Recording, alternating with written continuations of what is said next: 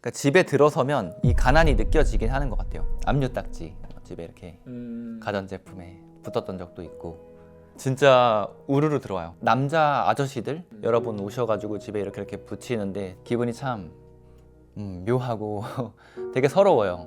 진짜 길바닥에 나왔는 게 이런 건가? 뭐 그런 생각도 어렸을 때 했었고 가난한 집안의 특징이 본인 집안만 가난한 게 아니라 대체로 그 친인척 혹은 뭐 가까운 친구네들도 잘 사는 분들이 많이 없어요. 집이 어려우면 계속 새나갈 구멍이 있으니까 제가 그걸 표현을 밑 빠진 독에 물 붓기라고 표현을 하는데 집이 어려우신 분들은 그 일어나기가 되게 힘들어요. 정말 힘들 거예요. 돈에 대해 알지 않으면 돈으로 인해 앓게 된다. 이게 되게 맞는 표현인 것 같아요. 진짜 눈물이 핑 돌면서 야 이거 큰일 났다. 이 끝이 없는 거구나. 그런데 책을 조금씩 한 권, 두 권 읽으면서 10권, 100권 이렇게 쭉 읽어 나가다 보면서 저도 조금씩 바뀌지 않았을까. 책을 쉴 새 없이 읽었어요. 쉴 새 없이 읽으니까 이 물이 끓어오르다가 식고 이게 아니라 진짜 끓는 점까지 간 거죠. 핑계를 찾는 사람과 방법을 찾는 사람이 있는데 그 부정적으로 사고를 하다 보면 뭔가 할 때 계속 핑계를 찾게 돼요. 쓰레기를 버리는 습관을 가진 사람은 한 번 버리면 다음에 또 버리겠죠. 나중에도 변하지 않는 그 메시지를 담고 있어요. 정말 그 가난과 부, 요 모든 것들이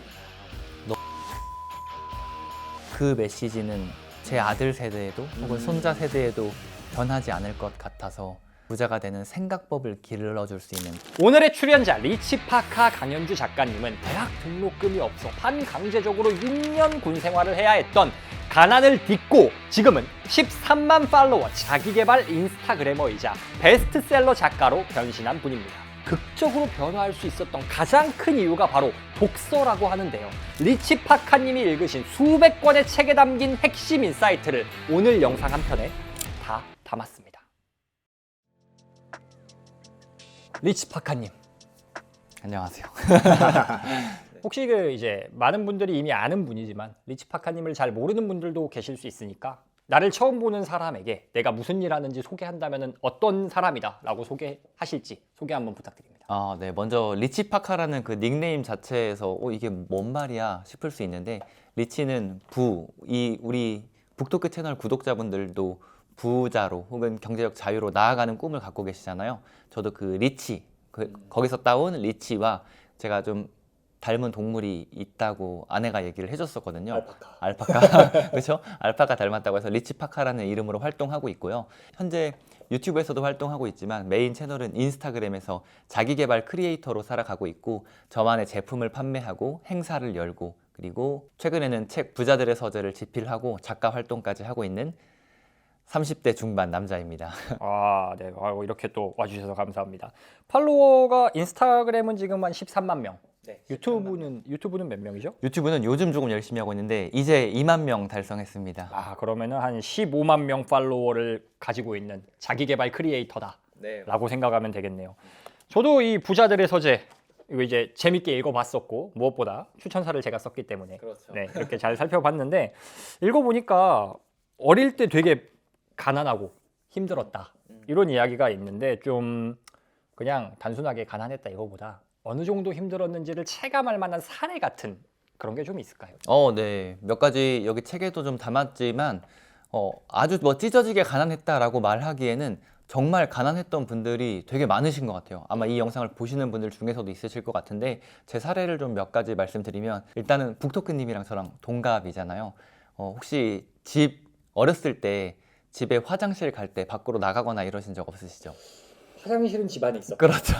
대부분의 화장실이 집에 있잖아요. 저희 집은 제가 중학교 2학년 때까지 화장실이 일단 외부에 있었고 소위 푸세식 화장실이라고 하는 네.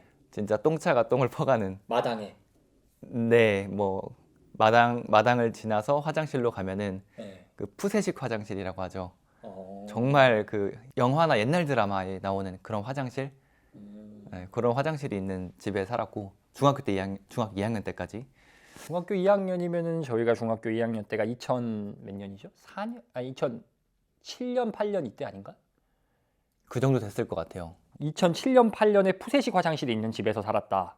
태어날 때부터. 아, 샤워는 어디서 해요? 샤워도 화장실에서 춥게 샤워하지 않잖아요. 네네. 저희 집은 그러니까 그 화장실 말고 그 씻을 수 있는 곳도 있는데 거기도 완전 외부는 아닌데 그 문, 그러니까 집 안에 있는 화장실이 아니라 진짜 간이 문 같은 게 있는 그런 집이었어가지고 네. 씻을 때도 되게 추웠었어요. 씻는 것도 그 푸세식 화장실 근처에서 다른 건물이 있는 건가요? 다른 건물이라고 하면 좀 건물이라고 그렇고. 하기는 그냥 진짜 그냥 낡은 집에 낡은 아. 화장실, 낡게 뭐 씻는 곳 이런 집에서 살았었고 지금은 그런 집이 많이 없죠.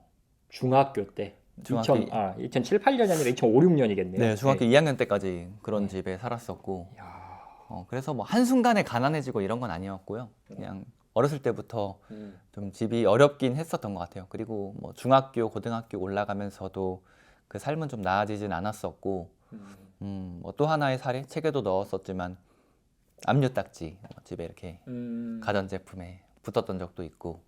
압류 딱지, 그 빨간 딱지 말씀하시는 거죠? 맞아요, 빨간 딱지. 그게 집에, 근데 아직 그거를 뭐랄까, 사람들이 그거 붙는다라는 걸 말만 많이 들어봤지 직접 붙어본 사람은 사실 많이 없어서 비참합니다.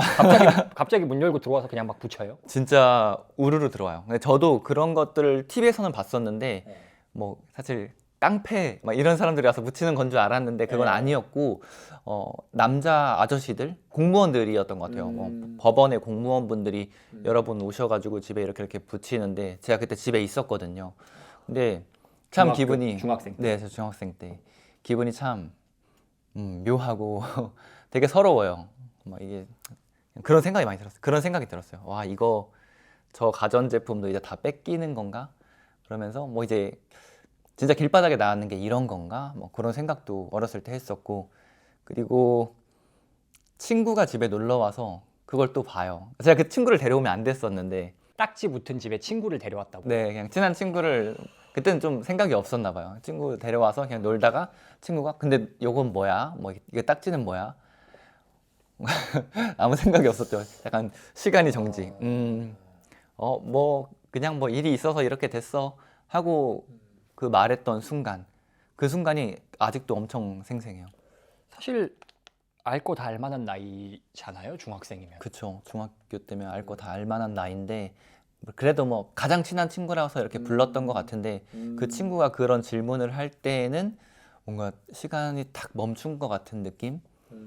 그래서 그냥 그런 형편이었던 것 같아요. 집에는 늘 빚이 있었으니까 뭐 여유롭게 살아본 적은 단 한 번도 없고 보통 이제 이게 가난했던 스토리와 이런 것들을 들어보면 굉장히 잘 살다가 뭐 사업이 한순간에 망해서 갑자기 어려워지고 막 이런 스토리를 많이 저도 봤는데 저는 그런 스토리는 없었고 그냥 어렸을 때 그냥 계속 어려웠던 집에.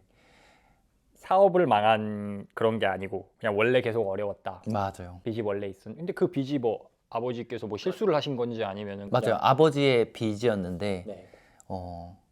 아버지가 그 빚을 계속 졌죠. 뭐 저로서는 이해 불가이긴 하지만 빚을 계속 졌었고 뭐 그렇기 때문에 저와 어머니 그리고 또 할머니 할아버지 같이 살았거든요. 할머니 할아버지 대가족이었는데 되게 아버지의 빚으로 인해서 정말 모두가 힘들었죠. 나머지 가족들은 뭐 여전히 이해는 잘 가지 않습니다. 왜 그러셨을까 뭐 이해는 잘 가지 않지만. 그러면은 중학교 때 뭐 그렇게 어렵게 힘들게 살았고 근데 제가 뭐 이 책을 읽어서 저는 알지만은 그게 성인이 되고 대학생이 된 이후에도 그런 여파가 이어진 걸로 알고 있는데 그래서 일반 남자들이라면 도무지 이해할 수 없는 선택을 하나 하셨어요. 군대 오래 가는 거. 네네네. 그거 어떤 스토리였는지 좀 설명해 주실 수 있을까요? 대학생이 되고 그러니까 성인이 되고 그리고 나중에 이제 직장을 얻고 뭐 직장 생활을 하다 보면 좀 나아지겠지 이런 생각을 어렴풋이 했었던 것 같아요. 어렸을 때 나도 어른이 되면 그래도 잘 살 수 있겠지. 그런데 현실은 달라요. 집이 어려우면 계속 새나갈 구멍이 있으니까 제가 그걸 표현을 밑 빠진 독에 물 붓기라고 표현을 하는데 집이 어려우신 분들은 그 일어나기가 되게 힘들어요. 정말 힘들 거예요. 아마 지금도 많은 분들이 힘들어하고 계실 거고 그래서 성인이 되고 나서 제가 선택했던 게 군 장학생 대학교 때 남자들은 군대를 뭐 2년, 요즘은 18개월 이렇게 가잖아요. 근데 저는 그거를 남들보다 4년 더 하기로 선택을 합니다. 그 이유는 당연히 대학교에 올라가서도 뭐 등록금 이런 것들은 뭐 부모님한테 지원받고 이런 형편이 당연히 안 됐고 용돈을 받아본 적이 없거든요. 성인 돼서는 한 번도 그냥 스스로 벌고 그래서 알바도 했었어요. 알바도 하면서 이렇게 생활하고 그러다가 저에게 너무 매력적인 제도가 있는 거예요. 군장학생이라고 군 생활을 4년 더 하면 장학금을 다 준다. 4년. 근데 그때는 그 4년이 이렇게 길 줄 몰랐지. 네, 장교로 말씀하시는 거죠? 맞아요. 그래서 ROTC 복무가 2년 4개월인데 네. 2년 4개월 ROTC 지원하고 그리고 4년 더 하는 군장학생까지 지원을 해서 저는 입대할 때 이제 6년 4개월을 복무해야 되는 그런 상황으로 시작을 했었었죠. 20대 때 6년 4개월이면 사실 살아온 세월의 3분의 1인데 그렇죠. 졸업하면 23, 4살 요쯤 이제 임관하면은 6년이면 거의 30살까지는 얼추 해야 되는 의무로. 의무로 나올 수 없어요. 사립대였나요? 국립대였나요? 국립대였습니다. 국립대면 심지어 뭐 등록금도 비싸진 않았겠지만 있는 집 입장에서는 비싸지 않았겠지만 그거를 감당해야 하는 학생 입장에서는 부담스러울 수 있는 당시 돈이죠. 어느 정도죠? 한 학기에 200만 원. 한 학기에 200. 네, 200만 원. 그러면은 400이면 4년 하면은 1,600만 원과 4년을 바꾼 거네요. 그렇죠. 그때는 굉장히 크다고 생각했어요. 와, 군생활 더 하면 1,600만 원 정도를 준다고? 그러니까 지금 생각하면 굉장히 4년과 1,600만 원을 바꾼다? 지금으로서는 절대 그런 선택을 안 하겠지만 그 당시에는 굉장히 저에게 매력적인 선택이었습니다. 사실 편의점 알바를 1년 해도 그거보다 더 버는데 하는 생각이 들긴 하는데 어쨌든 그만큼 절박했고 또 사실 돈에 대한 관념이 그렇게 잘 서 있지 않았을 테니까. 그렇죠. 몰랐죠. 와, 그렇게 해서 6년 4개월을 24살 이때 임관하신 건가요?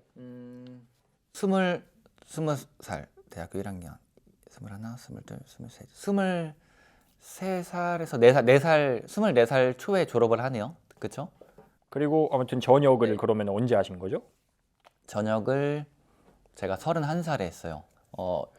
군장 그 6년 4개월에서 6년 4개월을 하는 동안 장기 신청이라고 이제 외부 회사로 치면은 그걸 뭐라고 표현하죠? 정규직. 네네. 정규직 시험 같은 게 있어요. 그거를 임관하자마자 그것까지 봤었거든요. 평생 군인할 생각으로. 네, 그땐 그것도 좀 있었고 아니면 어차피 6년 4개월을 하나 네. 그다음 요걸 지원했다가 전역하는 그 타이밍이 있는데 그러면 또 7년대이거든요. 뭐 6년대나 7년대나 큰 차이가 없겠다라고 생각해서 일단은 안정적으로 장기 복무, 그러니까 정규직에 지원을 해보자라고 해서 바로 됐었고 그래서 제가 전역을 했던 시기가 2022년 말이고 군 생활로 치면은 7년 9개월 복무하다가 전역을 했죠. 진짜 8년 얼마 조금 안 안 돼. 됐네요, 진짜. 전역한 지 지금 2년 4개월 정도 됐습니다. 예비군도 가시겠네요. 가죠. 또 이게 짬의 차이가 전 민방인데 그러면은 사실은 아까 뭐 1,600만 원을 4년과 바꿨다라고 표현을 했지만 그 정도로 가난하고 힘들었다는 거잖아요. 그렇죠. 근데 뭐 그 당시에도 되게 뭐 재밌고 행복하고 긍정적으로 잘 지냈던 것 같아요. 뭐 이런 집안 상황이나 이런 것들 그러니까 집에 들어서면 이 가난이 느껴지긴 하는 것 같아요. 하지만 외부에서 뭔가 친구들이랑 놀 때나 어떤 대학 생활을 할 때 저희 집이 그렇게 가난할 거라 그렇게 어려울 거라고는 외부에서는 잘 못 봤을 것 같기도 해요. 왜냐면 밖에서 그런 얘기를 막 하고 다니거나 우리 집에 지금 빚이 얼마다 막 이런 얘기를 친구들한테는 잘 안 하니까 친한 친구들은 알고 있었는데 그래서 엄청나게 가난하게 살았나요? 라고 질문을 한다면 저보다 더 어렵게 산 분들도 많으실 것 같아서 뭐 찢어지게 가난했다 이렇게 표현은 못하지만 여유롭게 살아본 적은 없었다.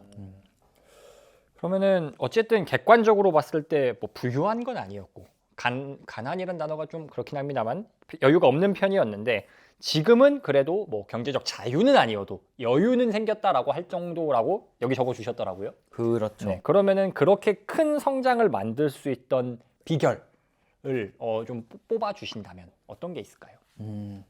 몇 가지가 있는데 참 되게 뻔한데 왜 핵심이 저는 독서 같죠? 독서. 네, 핵심은 정말 독서라는 생각이 들고 돈에 대해 여기에 썼던 표현이 제가 이게 어디서 들었던 표현인지 떠오른 표현인지 뭐 들었겠죠. 책을 읽다가 돈에 대해 알지 않으면 돈으로 인해 앓게 된다. 이게 되게 맞는 표현인 것 같아요. 그러니까 돈에 대해 알지 않으면 돈으로 인해 앓게 된다. 네. 오.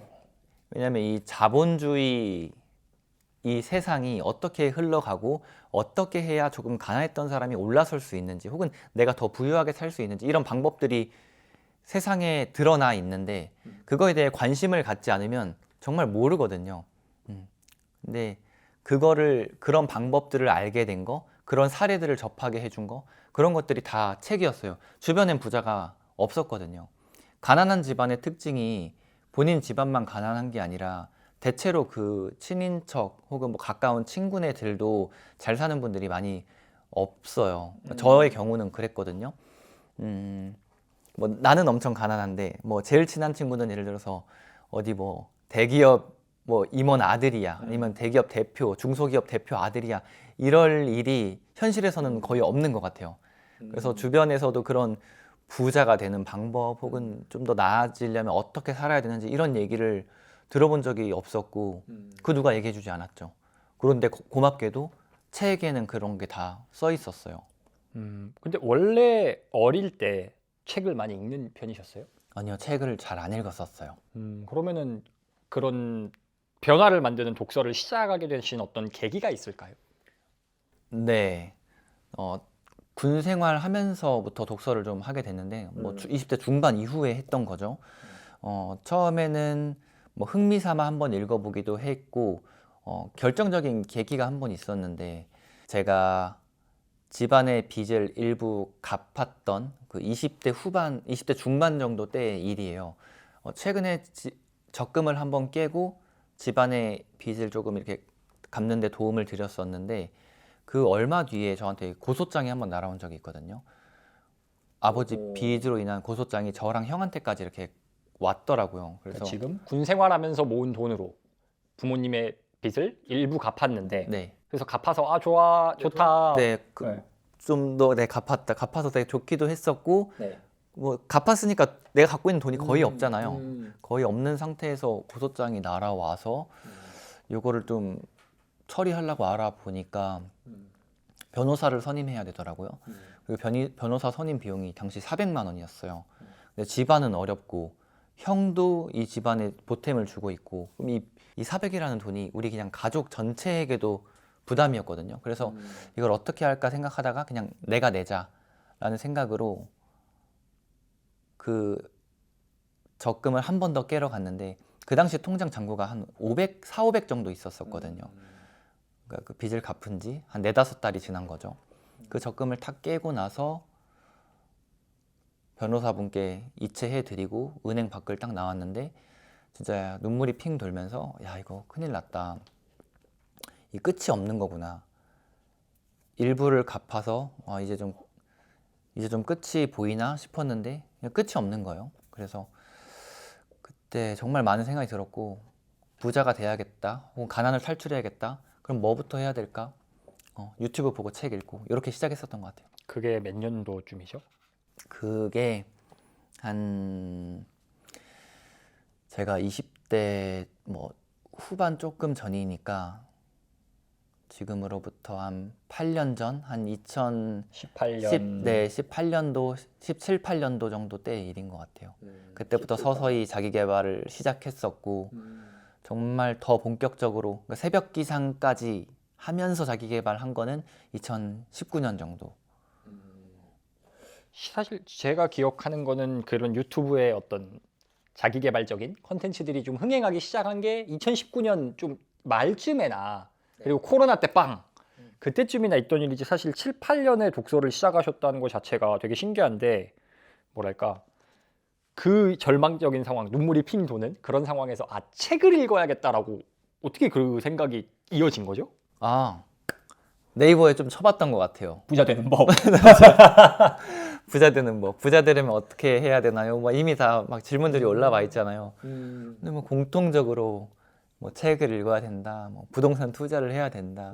그래서 뭐 조금씩 이렇게 찾아봤던 것 같아요. 그래서 실제로 투자 공부도 했었고 책도 읽기 시작했고 어쩌면 그 포괄적으로 자기 개발이잖아요. 자기 개발 분야 중에서도 좀 부에 관한 쪽 그거에 대한 관심을 들이기 시작했었고 본격적으로 책을 좀 더 열심히 읽기 시작했죠. 2017년 8년부터 몇 권을 처음에 읽으셨어요? 초반에요. 네. 처음에는 많이는 못 읽었었고 책 읽는 근력이 없다 보니까 한 달에 한 권 읽었을까 못 읽었을까 정도였을 것 같아요. 지금은 뭐 읽는 속도가 좀 빨라져서 그때보다 많이 읽지만 그 당시에는 한두 달에 한 권 정도 읽지 않았을까 싶습니다. 초반에는. 그런데 그 독서를 이제 뭐 한두 달에 한 권 이렇게 시작을 했어도 그때 여전히 군인이셨잖아요. 맞아요. 그러면 어떻게 독서해서 변화가 빠르게 뭐가 체감이 되는 게 있었나요? 아, 투자를 하면서 그걸 변화하는구나 이걸 느꼈던 사건이 있었어요. 투자를 군인 시절에? 네, 2017년도, 18년도부터 조금씩 책을 읽기 시작했고 그러다가 본격적으로 2018년도에 제가 육군 대위 교육 과정, 대위 교육을 받고 있는데 그 동기생 중에 한 명이 연주야, 잘 살려면 부동산 투자를 해야 된다. 갑자기? 네, 그러면 군대에서 받는 월급뿐만 아니라 시세 차익이든 아니면 뭐 월세 현금 흐름이든 이런 걸 만들 수 있다. 저한테 너무 충격적인 말이었어요. 그분 지금 뭐 하세요? 그 친구 아직 군 생활하고 있고 근데 열심히 투자하면서 투자도 계속 하면서 군 생활 하고 있는 똑똑한 친구인데 그런 말을 듣고 그런 게 있나? 라는 생각이 들었고 근데 흘려듣지 않았어요. 저에겐 좀 필요했으니까 실제로 삶을 개선하는 게 필요했으니까 그 친구 말 듣고 이제 2018년도 그 교육 과정을 18년도 말이었거든요. 그래서 18년도 말 19년도부터 부동산 공부를 하기 시작했고 책도 이제 그때부터는 탁 틀어서 부동산 책만 다 읽고 유튜브도 딴 거 다 접고 부동산 유튜브 채널만 보고 부동산 공부를 막 하기 시작했고 2019년에 지방에 있는 한 아파트를 사요. 대전광역시. 19년에 제가 고향이 대전이거든요. 그래서 네. 대전에 있는 한 아파트를 사고 나서 느낀 게 소위 갭 투자라고 하는 방식인데 예전에는 2억짜리 아파트를 사려면 2억이 다 있어야 된다라고 생각을 했거든요. 2억을 모아서 사야 된다. 근데 아니더라고요. 실제로 아파트 사는 분들, 건물 투자하는 분들 내 돈 100% 가지고 사는 사람이 없죠. 없죠. 그래서 이게 방법이 있구나. 그리고 그때 또 부동산 시장이 좋았으니까 제가 투자한 게 뭐 그냥 한 달에 1,000만 원씩 계속 오르는 그런 상황. 자고 일어나면 오르고 있는 그런 상황이었고 19년도에 매수를 하셨다. 네. 좋은 때네요. 네. 그래서 그걸 딱 보면서 이게 공부하고 실행도 많이 했었거든요. 밤에 당직 근무 서면 잠 안 자고 그러니까 잠 안 자고 밤샘 근무를 서잖아요. 그러면 퇴근해서 이제 자라고 보내주잖아요. 퇴근을 시켜주잖아요. 안 잤어요. 그때 부동산 돌아다녔어요. 그거 몸이 따라주던가요? 그냥 했죠. 아직 어렸었어가지고. 젊었으니까. 네. 지금 말하면 지금도 아직 젊으니까 오. 하죠. 공인중개사분들 찾아다니고 제가 뭐 군인이고 이렇게 열심히 공부하고 있는데 좀 알려주실 수 있나요? 그래서 막 공부도 아름아름 하고 뭐 그렇게 많이 공부를 했었고 그걸 한번 겪으니까 공부하고 실행하면 결과가 생긴다는 게 이거구나. 그래서 제가 집값이 막 오르고 떨어지고 이건 저한테 안 중요했어요. 그냥 나라는 사람이 평생 내 집 못 가질 줄 알았던 나라는 사람이 집을 사게 될 수도 있구나. 여기서 엄청난 자신감을 얻고 이게 바로 책 읽고 실행하고 나에게 뭔가 내가 이걸 행동했을 때 결과물이 생긴다는 게 바로 이거구나. 그때 딱 느꼈고 그 이후로도 계속 공부를 해서 2020년도에도 한 채를 더 부동산을 매수했었고 그래서 2019년도, 20년도가 그냥 책 읽는 그냥 자기 개발이 아니라 책을 읽고 결과물을 만드는 그러니까 아웃풋까지 해내는 그런 자기 개발을 함으로써 이거 된다. 하면 된다. 꼭 부동산 투자가 아니더라도 어느 영역이든 하면 된다라는 걸 그때 깨달았죠.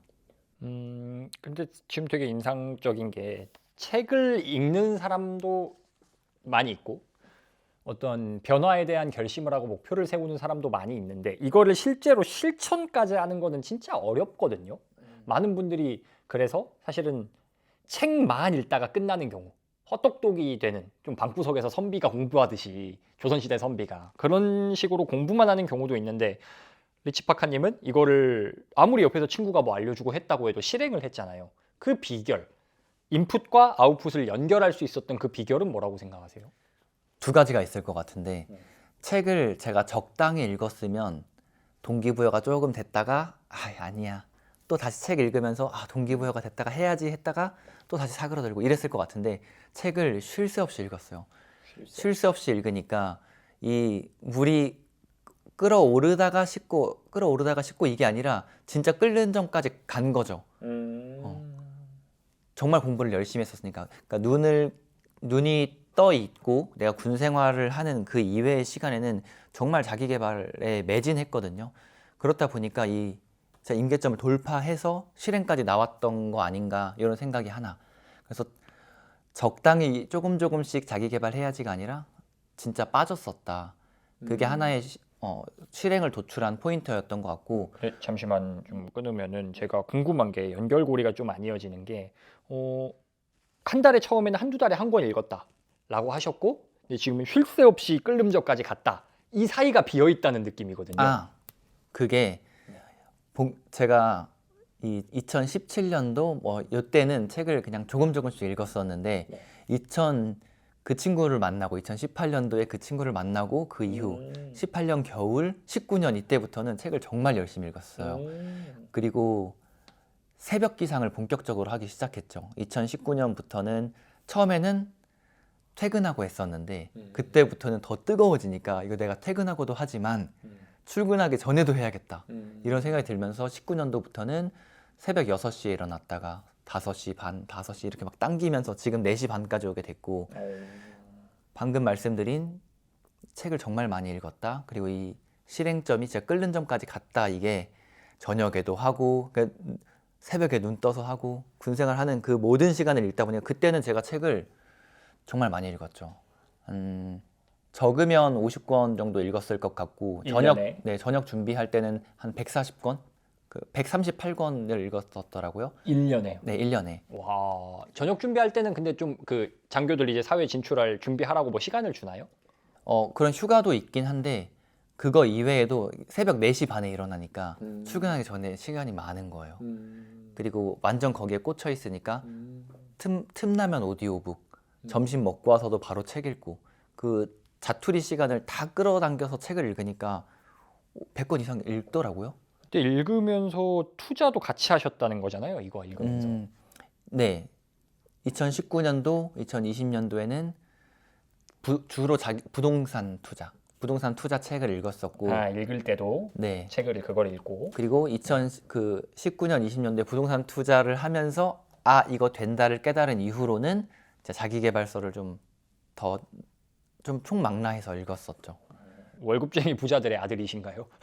그 채널도 되게 열심히 봤어요. 아니 그 19년도부터 이렇게 급격하게 변화하신 분들이 두 갈래가 있거든요. 1번 주원규의 아들, 2번 월급쟁이 부자들의 아들들. 그 모든 채널 뭐 아들들이라고 표현하면 그 모든 채널들의 아들들이었던 것 같아요. 출근하면서 항상 그렇죠. 뭐 주원규님 영상도 보고 지금은 체인지 그라운드가 원래 맞아요. 전에 이름이 스터디언이 지금 이름이고. 그죠? 원래가 체인지 그라운드였나요? 그죠. 원래 체인지 그라운드 채널, 월급쟁이 부자들 채널, 그 외에도 되게 많아요. 제가 맞아요. 즐겨봤던 청울림님 채널 해서 뭐 부동산 자기개발 이쪽 채널들을 되게 열심히 봤었죠. 그러면은 어쨌든 지금 일단 첫 번째 인풋과 아웃풋 사이에 다리를 놓는 법을 여쭤봤는데 적당히 깔짝깔짝할 게 아니라 일단 끓는 점까지 가야 된다. 네. 그리고 끓는 또 점까지. 하나가 있는데 그건 요즘 느끼는 건데 나뿐만 아니라 뭔가를 해내서 결과물을 내는 사람과 결과물을 내지 못하는 사람이 어떤 차이가 있을까를 좀 고민을 많이 해봤거든요. 네. 근데 능력 차이는 아닌 것 같아요. 왜냐면 저 같은 경우에도 원래 뭐 똑똑하거나 뛰어나거나 이런 건 아니었었거든요. 그리고 성공하신 분들 케이스를 봐도 예전에는 그리 똑똑하지 않았던 분들도 되게 많고 그런데 한 가지만 했다. 한 가지만 좀 몰입해서 팠다. 그 원싱에 대한 것과 또 나도 모르게 나를 믿어주는 그런 나에 대한 신뢰가 있는 것 같아요. 나는 하면 돼. 어떻게 되겠지. 근데 이게 되게 별거 아닌 생각 같아도 이렇게 하면 되겠지 라고 나를 믿어주는 게 실행점까지 가게 하는 것 같아요. 그러니까 왜 많은 사람들이 주저하냐? 안 될 것 같으니까. 했다가 손해볼 것 같으니까. 그런데 쭉 잘 나가는 분들, 쭉 잘 되는 분들을 보면은 그냥 나를 믿어요, 스스로를. 나는 하면 잘 되겠지. 뭐 지금 실패해도 나중에 잘 되겠지. 아마 북토크님도 그런 생각을 갖고 계실 것 같아요. 언젠가 잘 되겠지. 지금도 잘 되고 있고 더 잘 되겠지가 아마 있으실 거예요. 저는 어릴 때 엄마가, 제가 어릴 때 공부를 진짜 안 했거든요. 근데 저희 어머니가 항상 해주신 말이 너는 안 해서 그렇지 하면 잘할 거야. 이렇게 하셨거든요. 근데 그게 뭔가 그 아들의 공부 안 하는 걸 합리화하려는 이런 것보다, 그리고 너 공부 지금 안 해도 돼 괜찮아 이게 아니라, 재능 넘쳐 막 이게 아니라 그냥 노력에는 대가가 따라오게 돼 있어. 그리고 그 노력에 불을 지필 정도의 재능은 너 있어. 근데 지금 너 안 하고 있다. 그러니까 안 되는 거야. 그러니까 뭐랄까 막연하게 시켜 세워주는 그게 아니라 하면 된다라는 거는 계속 주지시켜 주셨던 것 같아요. 그게 저도 지금까지. 예. 저도 똑같아요. 어머니가 공부하라 소리는 단 한 번도 안 했는데 넌 하면 잘하잖아. 넌 뭐 하면 잘하잖아. 이 얘기를 많이 해주셨던 것 같아요. 생각도 안 하고 있다가 지금 말씀하시니까 딱 떠올랐고. 근데 이게 들으시는 분들이 혹시 오해하실까 봐서 너는 하면 잘할 거야. 그래서 지금도 괜찮아. 이렇게 받아들이시면은 좀 곤란하고, 확실한 건 노력을 했을 때 따라오는 게 있을 것이라는 믿음이 있어야 된다. 그렇죠. 그런데 이 믿음이 없는 분들도 계시잖아요. 믿음이 없는 분들 네. 많은 것 같아요. 어차피 해봤자 안 될 거야. 그러니까요. 이런 그게 이제 생각하시는 분들. 부정적으로 사고하냐, 긍정적으로 사고하냐, 이게 핵심인 것 같은데 부정적으로 사고하면 안 될 거야, 손해 보면 어떡하지? 이쪽으로만 계속 생각하다 보니까 저 같아도 그렇게 생각하면 실행을 못 할 것 같아요. 부정적인 결과를 떠올리고 안 될 걸 생각하면 하려다가도 참자 라고 생각할 것 같은데, 긍정적으로 사고를 하고 하면 될 거야, 이거 실패해도 이거 배울 수 있잖아, 이렇게 생각을 하면 당연히 그 허들을 넘게 되는 거죠. 실행이라는 허들을 부정적으로 사고하는 사람들은 앞에 갔다가 백 하는 거고, 긍정적으로 사고하는 사람들은 허들을 넘는 거고, 그게 핵심 차이 중에 하나지 않을까요? 그런데 이제 제가 좀 그런 부정적인 생각을 갖고 계신 분들의 입장을 대변해 보자면, 사실은 그런 분들, 그런 댓글에서도 그러고 그런 말씀하시는 분들이 있거든요. 어떤 말이냐면은, 하면 된다라고 말하는 사람에게 너는 재능이 있었잖아. 너는 하면 될 머리가 있었잖아. 혹은 너는 주변 상황이 뭐가 돼서 운이 좋았잖아. 그러니까 된 거 아니야? 나는 그게 없어. 라고 말하는 분들이 실제로 댓글에 그런 걸 다는 분들이 계시는데, 그런 분들에게 한마디 해주신다면? 그걸 버리는 게 정말 어렵겠지만 조금씩 해야 할 본인의 숙제일 것 같아요. 핑계를 찾는 사람과 방법을 찾는 사람이 있는데, 그 부정적으로 사고를 하다 보면 뭔가를 할 때 계속 핑계를 찾게 돼요. 만약에 넌 이래서 안 되잖아 라고 댓글을 달았던 그런 분들이 그때만 딱 그 생각을 한 걸까? 아닐 거거든요. 그러니까 삶은 습관이 몸에 배어서 이렇게 행동, 언행 이런 걸로 나타나잖아요. 근데 그러한 평소에 생각을 갖고 있다 보니까 그게 안 될 거야, 넌 재능이 있어서, 어떻게 보면 핑계거든요. 그게 핑계를 계속 찾게 되는 거거든요. 근데 핑계를 한번 찾기 시작하면 계속 찾게 돼요. 다른 걸 하더라도 이거는 이래서 안 됐고, 그리고 남 탓, 핑계와 남 탓, 요거를 조금씩 벗어나는 노력을 해야 되고, 그럼 핑계에서 어디로 넘어가냐? 핑계에서 방법으로 넘어가고, 남 탓에서 내 탓으로 넘어가고, 이렇게 방향 전환을 어려우시더라도 조금씩 하다 보면은 잘 되는 사람들의 사고 방식을 어느새 가지고 계시지 않을까. 저도 이런 게 없었었겠죠. 그런데 책을 조금씩 한 권, 두 권 읽으면서 3권, 4권, 10권, 100권 이렇게 쭉 읽어 나가다 보면서 저도 조금씩 바뀌지 않았을까. 예전에 제가 아직 실행도 한 번도 안 해봤던 제가 난 돼, 뭐 이런 생각 그때는 못 했었거든요. 그래서 핑계를 찾지 말고 방법을 찾아봐야 된다. 네. 그거를 깨봐야 된다. 라는 말씀이시죠. 댓글을 한번 쓰려다가도 넌 이래서 되잖아 라고 쓰려다가도 지우고, 저도 이런 방법으로 실행해 보겠습니다, 저도 이렇게 해보고 다음에 댓글을 남겨볼게요, 이런 식으로 한번 생각을 바꿔보시면 그게 습관이 되거든요. 쓰레기를 버리는 습관을 가진 사람은 한 번 버리면 다음에 또 버리게 돼요. 댓글, 언행 똑같아요. 한번 해본 거를 계속 하게 되거든요. 그게 아니라 한번 바꿔주고 처음에 어색하겠죠. 하지만 그 바꿔주는 거, 그 행동 하나가 그 다음 행동을 낳고 다음 행동을 낳다 보니까 점점점 긍정적인 사고, 방법을 찾게 되는 사고로 나아가지 않을까 싶어요. 그런 것 같아요. 제가 아마 읽어보셨을 텐데 제가 읽은 책 중에 정말 좋아하는 책이 서울대 최인철 교수님의 프레임이란 책 읽어보셨나요? 네. 그 책 보면은 모든 사람은 각자만의 셀로판지를 끼고 세상을 바라본다 하는 건데 방법을 찾는 사람은 방법의 안경을 쓰니까 방법만 계속 보이고 핑계를 찾는 사람은 계속 핑계를 찾다 보니까 계속 자기 강화가 되는 그런 느낌인데 그 안경을 좀 바꿔 낄 수 있다는 생각을 해야 된다. 그렇죠. 그렇게 받아들여지네요. 그런데 지금 이야기를 한번 정리를 해보면은 인풋과 아웃풋 사이에 그럼 다리를 놓는 방법은 첫 번째는 인풋을 끓는 점까지 한번 가봐야 된다. 적당히 조금 하고 깔짝하고 말 게 아니라 끓는 점까지 한번 가봐야 된다가 첫 번째 거고 두 번째는 하면 된다는 나에 대한 신뢰를 가져야 된다. 그게 없는 사람은 핑계를 찾는 것 대신에 방법을 찾으려고 노력해봐라. 그렇죠. 이렇게 정리할 수 있겠네요.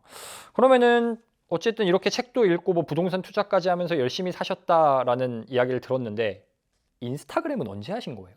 인스타그램은 전역 지원서를 제가 2021년도에 내고 그 결과 발표가 2022년 2월에 나요. 네.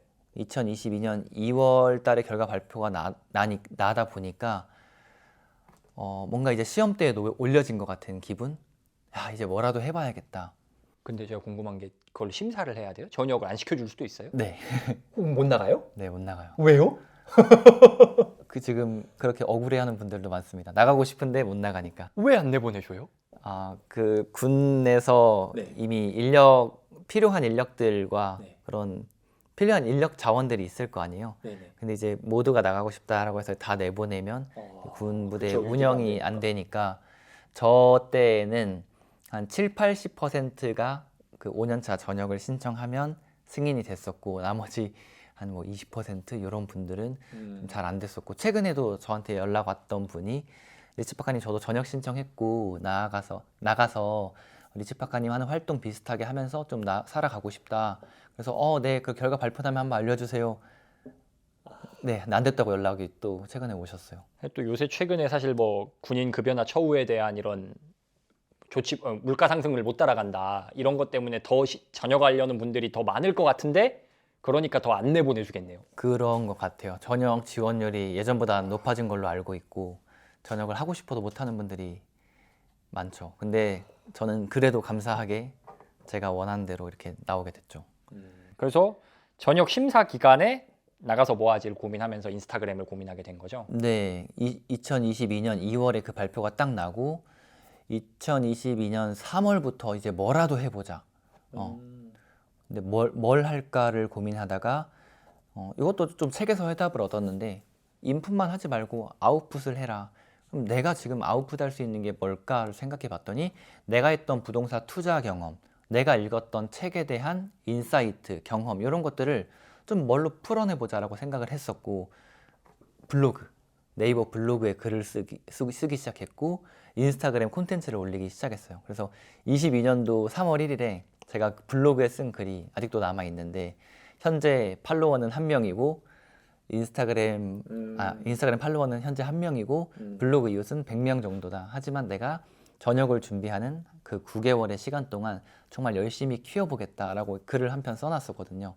그 글과 이제 SNS가 시작이 됐죠. 전역을 그러니까 21년도에 전역 지원을 했고 22년도에 발표가 나면은 바로 나오는 게 아니라 더 있다가 나오는 건가요? 그거를 선택할 수 있어요. 지원서를 쓸 때 내가 22년도 그러니까 내가 전역하는 해에 몇 월에 전역하겠다라고 신청을 할 수 있어요. 근데 저는 그 22년도에 전역을 하겠다라고 신청을 했고 좀 빠른 개월이 아니라 좀 뒤에 11월 30일로 좀 약간 미뤘죠. 왜냐하면 22년 11월. 네, 전역 준비를 좀 해야 될 것 같아서 바로 딱 나가서 하는 것도 좋지만 그래도 월급이 주는 안정감이 크잖아요. 그렇죠. 그래서 월급을 받으면서 준비를 해놓고 나가자. 그래서 빨리 나간 친구들도 많아요. 일단 나가서 해보겠다. 전역 8개월 정도 전부터 이제 인스타그램을 시작한 거죠. 9개월. 네. 9개월. 바로 잘 됐나요? 바로 잘 안 됐고 5개월 정도 열심히 했는데 팔로워 1000명. 1000명이면 뭐 오 많다라고 생각하시는 분도 계실 수 있지만 뭔가를 활동을 하고 이걸로 뭐 돈을 창출하거나 어떠한 일을 창출하기엔 되게 적은 숫자잖아요. 그래서 그때 큰일 났다 싶었죠. 야 이거 4개월밖에 안 남았는데 1000명으로 어떻게 하냐. 그런데 그 이제 제가 제이커브 혹은 뭐 낙담의 골짜기가 있다 이 말이 맞는 것 같아요. 5개월 정말 안 됐거든요. 그런데 거기서 포기하지 않고 하니까 이제 이렇게 탁 올라서는 때가 있더라고요. 2022년 8월에 팔로워가 1000명이었고 저는 그 매월 팔로워를 캡처해서 다 블로그에 기록을 해놓거든요. 8월에 1000명이었던 게 그 다음 달에 3700명, 그 다음 달에 이제 8000명대, 그 다음 달에는 18000명대, 그 다음 달 전역하는 딱 그 시점에는 24000명. 야, 네. 24배가. 그죠. 24배가 성장을 한 거죠. 4개월 만에. 또 여기 이 부분에서 궁금한 게 굉장히 많은데 일단은 잠깐! 오늘 영상보다 더 유익한 콘텐츠를 무료로 받으실 수 있다는 것 알고 계신가요? 영상보다 더욱 진한 인사이트를 담은 북토크 뉴스레터를 지금 당장 신청하실 수 있습니다. 지금까지 뉴스레터를 받아보신 분들이 이런 후기를 남겨주셨습니다. 적어주신 그대로 읽어드릴게요. 새롭고 혁신적인 인사이트였습니다. 너무 좋네요. 매주 이것만 기다리고 있습니다. 모든 말과 글들이 저를 잡는 듯합니다. 꼭 필요한 정보였어요. 대단한 필력이십니다. 도대체 어떤 내용이길래 이런 칭찬이 달렸을까 궁금하신 분들, 보다 깊이 있는 자기개발, SNS 인사이트가 필요하신 분들은 고정 댓글에 있는 링크로 뉴스레터를 신청해주세요. 100% 무료입니다. 이렇게 급격하게 잘 될 수 있었던 원인이 그냥 꾸준하게 계속해 제이커브를 돌파해야 돼 이거 말고 뭐 어떤 콘텐츠적으로라든지 아니면 뭐 마인드적으로라든지 뭔가 다르게 한 게 있었나요? 있어요. 네. 분석 시간을 늘렸어요. 분석이라 하시면? 내 거를 그전에는 내 거 만드는 거에 집중을 했거든요. 네. 뭐 책도 읽고 뭐 수업도 들어보고 하면서 내 거를 만들었죠. 계속 내 거를 만드는 시간을 가져갔었는데 내 거를 계속 만들어도 5개월을 열심히 만들어도 잘 안 되는 거예요. 그럼 나의 문제점은 뭘까? 나의 문제점을 내 거에서만 찾을 수는 없거든요. 더 잘하는 사람과 비교를 해봐야 되거든요. 그래서 그때부터는 내 거 만드는 시간을 조금 줄이고 남들 거 많이 찾아봤어요. 잘하는 사람 거를 보고 이 사람은 왜 잘 될까? 이 사람의 콘텐츠엔 뭐가 있는가? 그다음 또 다른 사람. 그래서 잘하는 사람들 걸 이제 긁어 모아서 분석을 많이 했던 것 같아요. 그래서 이렇게 하면 잘 되는구나를 좀 깨달았죠. 보고 그대로 했더니 성과가 나더라. 그렇죠. 비교를 했었죠. 전에는 그냥 내 것만 했었고 그 이후에는 잘된 사람들 거를 쭉 모아놓고 분석을 한 다음에 그럼 내 부족한 게 뭐지? 그때 눈에 보이더라고요. 아, 내가 이런 걸 못했구나. 너무 내 것만 했구나. 그래서 그때 좀 해답을 찾았죠. 이게 진짜 중요한 게 사실 유튜브도 똑같거든요. 그러니까 이제 보면은 SNS 잘 안 되는 분들은 자기만의 세계에 갇혀 있고 자기의 어떤 내가 너무 강해. 일기를 쓰죠. 그래서 네, 그렇죠. 나의 일기를 생각. 써요. 근데 유튜브도 사실은 분석하고 이렇게 따라가는 게 사실은 잘하는 사람 따라하는 게 제일 확실한 성공 방법인데 그게 또 확 느껴지네요.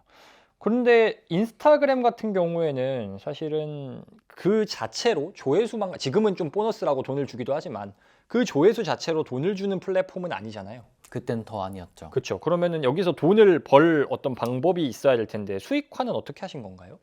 군 생활 할 때는 일단 안 했었고 근데 팔로워가 한 5,000명 넘어가는 순간부터 아 이게 이래서 SNS가 돈이 되는구나라는 걸 미리 체감을 했어요. 어떻게? 그러니까 그때 당시도 신부는 군인이다 보니까 돈을 받진 않았는데 팔로워가 늘어나니까 각종 요청들이 오더라고요. 뭐 가장 많이 왔던 요청은 출판사. 본인들 책이 이런 게 나오는데 이걸 좀 홍보해 줄 수 있냐? 혹은 광고비는 얼마냐? 이런 얘기들이 이제 그때부터 나오기 시작했던 거죠. 그래서 SNS라는 거는 내 채널을 갖게 됨으로써 특정 사람들, 이걸 좋아하는 사람들의 풀을 갖게 되고 그 풀을 갖게 된다는 건 마케팅 능력이 생긴 거구나. 그래서 외부 회사나 이걸 필요로 하는 개인들이 나에게 요청을 하는구나. 그 요청에 대한 가치이자 답변이 곧 돈으로 환산되는구나. 이거를 깨달았었어요. 그래서 그때 돈은 안 받았었고 그러면 저는 지금 군인이라서 돈은 못 받고요. 팔로워분들께 책을 나눠주세요. 라고 해서 저녁 직전에 책을 한 200권 나눠줬어요. 팔로워분들한테. 오히려 더 팔로워들의 충성도라던가 이런 그 뭐랄까요? 친밀감이 더 좋아졌겠네요. 그랬을 것 같아요. 그러면 SNS가 어쨌든 사람을 내가 모을 수 있으면 돈이 된다. 그리고 그 SNS를 잘하기 위해서는 잘하는 사례를 분석해야 된다. 이 공식은 지금도 유효한가요? 지금도 유효하고 이거는 SNS뿐만 아니라 사업도 유효한 것 같아요. 사업도 그냥 본인이 뭐 고객을 정하고 그 고객과 뭐 시장을 분석하고 그냥 내 것만 하는 거 말고 케이스 분석을 좀 많이 해봐야 되는 것 같아요.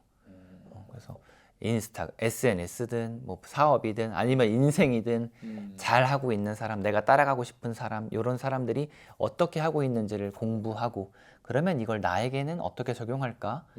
이런 사고를 좀 많이 해야 되는 것 같아요. 네, 그렇게 이제 성장하신 이야기를 간단하게 들었는데 뭐 SNS 구체적인 스킬을 저희가 다루고자 하는 건 아니라서 책 이야기로 한번 돌아가 볼게요. 부자들의 서재, 지금 이제 자기계발계에서 꾸준히 이제 점점 순위가 상승하더라고요. 그런 책인데 이 책의 제목이 부자들의 서재인데 이 제목의 의미가 뭘까요? 제가 이 책을 쓰기 위해서 했던 생각 중에 핵심은 내가 결국 독자들한테 가장 많은 가치를 줘야 이 책이 사랑받을 거 아니에요. 그럼 내가 많이 줄 수 있는 가치는 뭘까? 내가 엄청나게 성공한 사람인가? 아니야. 내가 부자야? 아니야. 그냥 과정에 있어. 하지만 그럼 나의 가장 큰 강점은 뭐지? 책을 저녁 준비하면서부터 그 6, 7년간 굉장히 많이 읽었다는 거죠. 특히나 자기계발, 경제경영 이쪽은 베스트셀러들은 다 읽었거든요. 내가 가장 크게 줄 수 있는 거는 내가 지금까지 읽었던 책 이거를 집약해서 요약본을 제공하듯이 주는 것이다. 정말 그 세계의 수많은 부자들이 써놨던 이 책들을 집대성해서 한 권으로 표현하자. 그래서 얘기가 나왔던 게 제가 생각했던 게 부자들의 서재라는 제목이죠. 정말 부자들의 서재에 있는 그 모든 책들을 이 한 권으로 요약해서 전달드린다. 처음에는 출판사에서는 이 제목을 얘기하지 않았고 다른 제목을 얘기를 하셨는데 제가 반대했어요. 뭐였어요, 후보가? 처음에요. 네. 읽어라, 당신은 부자가 된다. 생각하라 그러면 그거네. 그거 딱 그거네. 네, 근데 제가 SNS에서도 이렇게 세게 말하는 편은 아니거든요. 뭐 하세요, 뭐 이렇게 안 하면 망해요, 막 이런 표현을 잘 안 써요. 근데 저랑 이미지 매칭이 잘 안 된다라고 판단을 해서 그 제목은 조금 어려울 것 같다.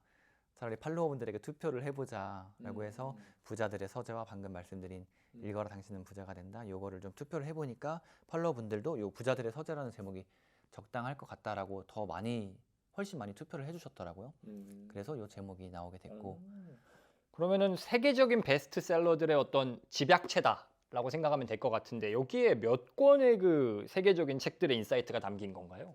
총 30권을 넣었습니다. 30권. 마음 같아서는 100권을 넣고 싶었는데 과연 내가 100권을 넣으면 내 경험과 나의 생생한 생각들을 전할 수 있을까? 그럼 책이 진짜 이만해질 것 같은 거예요.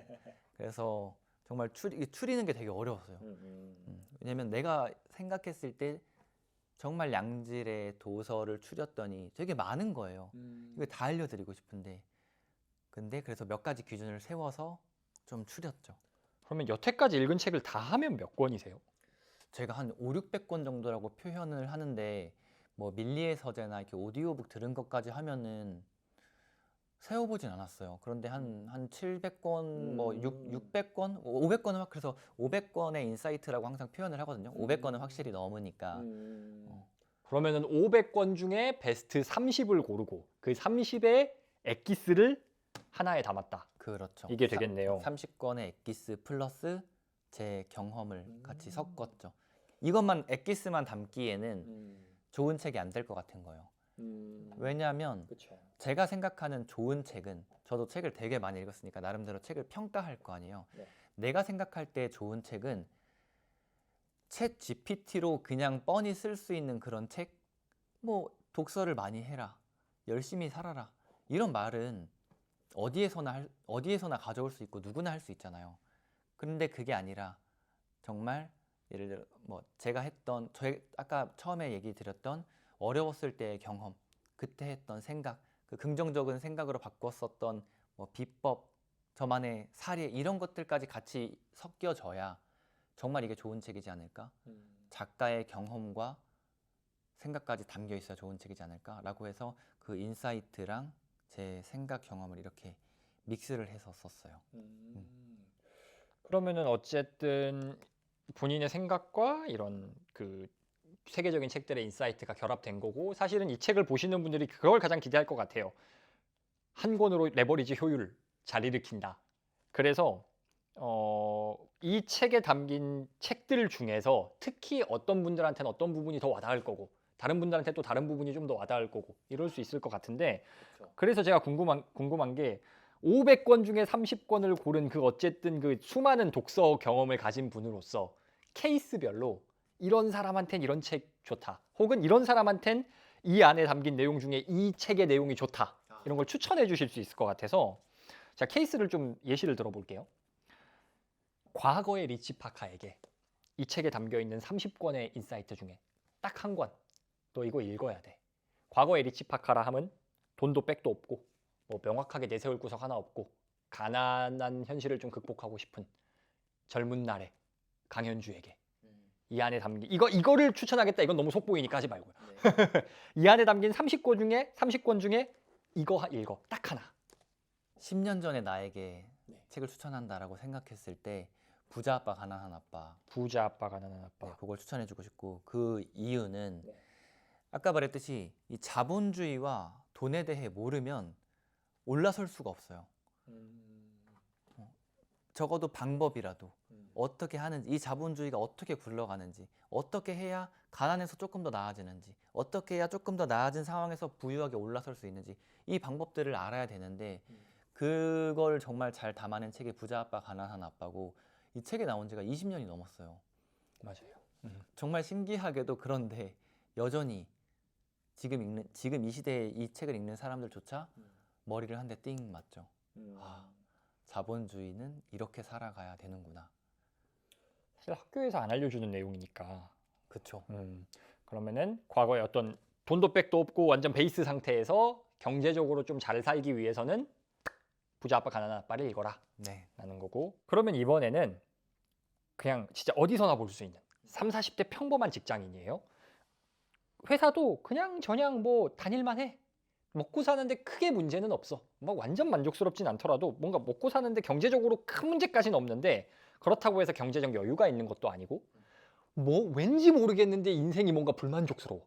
뭔가 변화를 하고 싶은데 내가 뭔 변화를 필요로 하는 건지, 내가 뭐가 부족한 건지 그걸 잘 모르겠어요. 그냥 막연하게 돈이 없는 건가? 뭔가 그냥 이 정도. 그냥 어디선가 어디서나 볼 수 있는, 퇴근 시간에 강남역 가면은 그냥 우수하게 보일 만한 30, 40대 평범한 직장인, 이런 분들에게 책을 추천해 준다면 저는 10배의 법칙 추천하고 싶고, 그랜트 카돈. 그랜트 카돈의 10배의 법칙 추천하고 싶고, 그 이유는 방금 말씀하신 분들이 딱 느끼는 게 현실 안주. 그러니까 현실에 안주하는 거예요. 아, 나 정도면 지금 괜찮게 살고 있지라는 생각도 들면서 또 한편으로는 목이 마르기도 해. 좀 더 잘 살고 싶고. 진짜 40, 제가 30대 중반이다 보니까 그냥 우리 또래 친구들이 많이 느끼는 거인 것 같아요. 그럴 때 저는 10배의 법칙을 읽으면 한번 가슴에 불이 탁 하고 지펴질 것 같아요. 아, 내가 현실에 안주하는 게 아니라 눈이 진짜 맑아지면서, 아, 그치, 이거지. 내가 한번 뜨겁게 뭔가를 한번 더 도전을 해본다거나 공부를 해본다거나 뭔가 좀 더 뜨겁게 달려볼 그 원동력이 바로 나올 거거든요. 그 책을 읽으면. 그래서 30, 40대 직장인 분들, 현실에 안주하고 있는 분들께는 그 책을 좀 추천드리고 싶어요. 어떻게 보면은 좀 평탄한 삶을 살고 있다는 건 온도로 따지면 좀 미적지근한 거니까 그걸 한번 끓여야 된다. 그게 고민일 수도 있고. 10배의 법칙이란 제목이 타는 바가 뭔가요?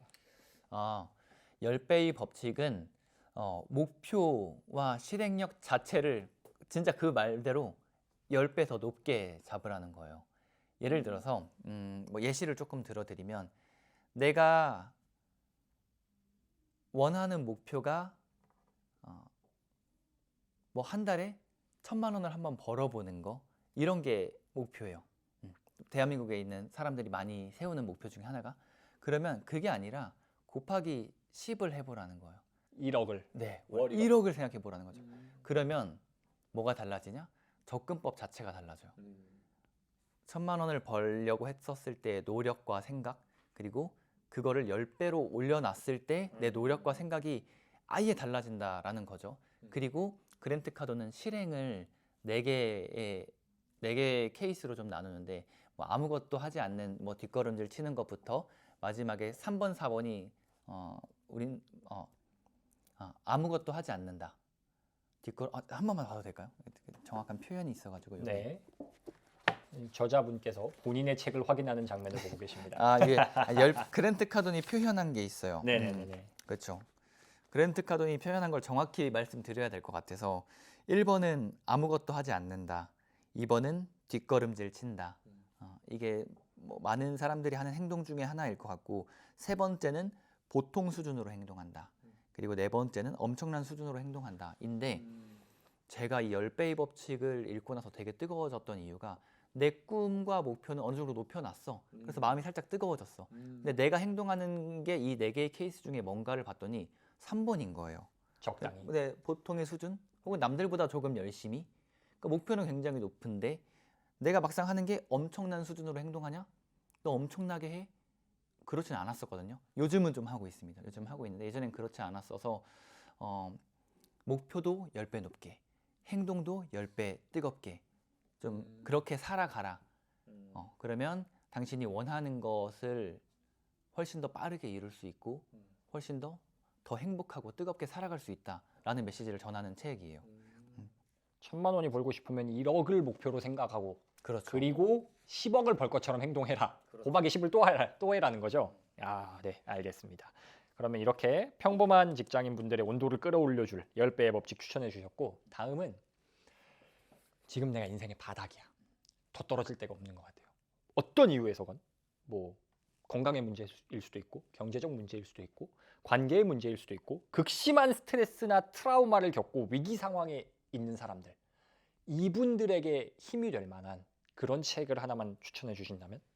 실제 그 말씀하신 사례의 사람을 제가 만났었고, 그 사람에게 한 권의 책을 선물한다면 빅터 프랭클의 죽음의 수용소에서 라는 책이에요. 북토크님도 되게 좋아하는 책으로 알고 있는데, 이 책은 저자 빅터 프랭클 박사가 실제로 수용소 생활을 하면서 모진 그 온갖 고난과 역경, 그다음 굶주림 이런 것들을 다 견딤으로써 깨달은 바가 하나 있는데, 삶의 의미와 목적이 있으면 그 어떠한 상황도 견딜 수 있다. 정말 밑바닥까지 갔어. 나는 이제 진짜 벼랑 끝에 서 있어.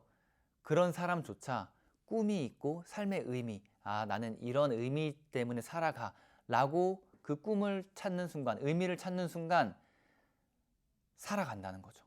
근데 그걸 못 찾는 사람들은 그 수용소 안에서 실제로 삶을 달리했고, 그리고 실제 우리나라 혹은 그냥 이 세상 살아가는 사람들이 그 의미를 찾지 못하면 끈을 그냥 탁 하고 놔버리죠.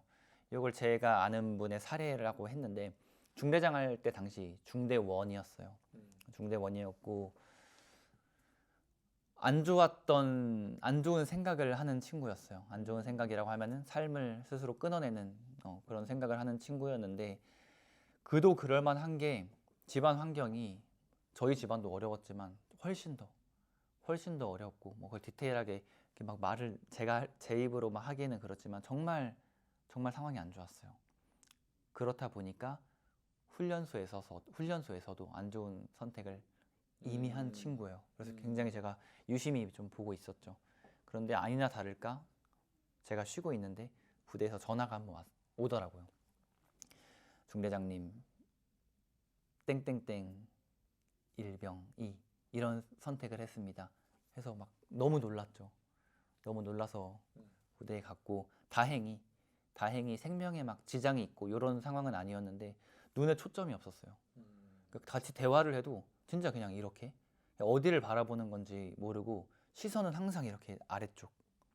제가 면담을 되게 얼마나 많이 했겠어요, 그 친구를. 근데 대화가 안 되더라고요. 대화가 안 된 이유가 의미와 목적이 없었어요. 근데 그 친구가 조금씩 변화된 계기가 제가 이렇게 하나 둘 대화를 하기 시작하면서 그리고 그 친구에게 제 어렸을 때 얘기, 제가 힘들었던 얘기도 솔직히 꺼내놨어요. 사실 나도 이러한 일이 있었고 이렇게 힘들었었다. 진짜 너무 힘들지 않아? 하면서 이렇게 공감대를 좀 형성을 하고 대화를 하다 보니까 어느새 이 친구와 대화가 되기 시작하는 거예요. 진짜 힘들었던 일도 서로 공유하고 그러니까 본인도 나만 힘든 게 아니라는 걸 좀 깨달게 된 것 같고 그 이후로 조금씩 책 얘기도 하기 시작했어요. 같이 이거 한번 읽어볼래? 그때 근데 읽은 책이 그때 되게 많이 읽었었죠. 되게 많이 읽었었고 그 친구랑 뭐 죽음의 수용소에서 그걸 읽었던 건 아니고 그냥 자기 개발과 관련된 거 혹은 긍정과 관련된 거 책들을 이렇게 서로 조금씩 읽으면서 그거 어땠어? 이런 대화를 하기 시작하고 근데 그게 좀 그렇게 시간이 지나니까 눈빛이 바뀌었어요. 그러니까 대화가 돼요. 예전에는 진짜 땅만 바라보고 있던 친구가 뭐 이렇게 해보니까 뭐 괜찮은 것 같더라. 뭐 조금 읽을만 한 것 같더라. 그러니까 이런 대화가 되는 거예요. 그것도 엄청난 발전이었거든요. 근데 뭐 무사 전역은 못 시켰어요. 무사 전역은 못 시켰다는 게 병장 만기 전역까지 잘 지켜줬어야 되는데 그런 안 좋은 선택을 2번이나 하다 보니까 상급 부대에서는 복무는 어렵다 이제. 조기 전역 시켜라. 네, 복무는 어렵다라고 해서 내보내는데 그 친구가 고맙다라는 표현을 저에게 했을 때 나가기 전에 되게 마음이 짠하기도 했고 그리고 공감대를 누군가 형성해주고 같이 뭔가 책을 읽고 책을 읽으면서 조금 나도 되게 어렵지만 나아질 수 있겠다 이 희망을 가지니까 애 눈빛이 달라지고 예전과는 뭔가 달라진 모습 근데 그 희망 그게 이 빅터 프랭클 박사가 말하는 삶의 의미이거든요.